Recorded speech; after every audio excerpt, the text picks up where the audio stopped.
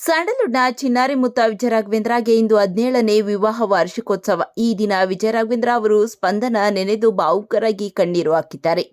ಈ ವೇಳೆ ಪುತ್ರ ಶೌರ್ಯ ಕೂಡ ಅಪ್ಪನಿಗೆ ದೊಡ್ಡ ಸರ್ಪ್ರೈಸ್ ಕೊಟ್ಟಿದ್ದಾನೆ. ಹಾಗಾದ್ರೆ ಮಗ ಹಾಗೂ ಪತ್ನಿ ಬಗ್ಗೆ ವಿಜಯ ರಾಘವೇಂದ್ರ ಹೇಳಿದ್ದೇನೋ ಅದೆಲ್ಲ ಸಂಪೂರ್ಣವಾಗಿ ನೋಡೋಣ ಬನ್ನಿ. ವಿಜಯ ರಾಘವೇಂದ್ರ 2007 ಆಗಸ್ಟ್ 26ರಂದು ಸ್ಪಂದನಾ ಅವರನ್ನು ವಿವಾಹವಾಗಿದ್ದರು. ಇವರದ್ದು ಲವ್ ಕಮ್ ಅರೇಂಜ್ ಮ್ಯಾರೇಜ್.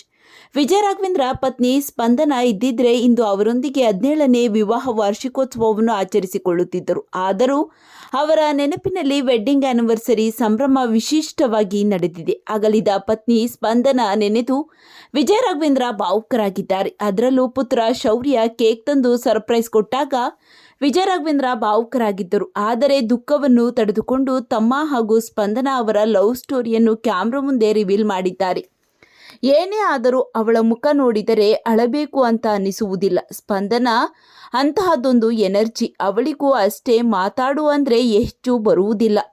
ಶೌರ್ಯನೂ ಅಷ್ಟೇ. ಅವರ ಅಮ್ಮನ ಹಾಗೆ ಮಿತಭಾಷಿ, ಮೌನದಲ್ಲೇ ಸಾಕಷ್ಟು ಹೇಳುವಂತಹ ವ್ಯಕ್ತಿತ್ವ ಸ್ಪಂದನಾದ್ದು.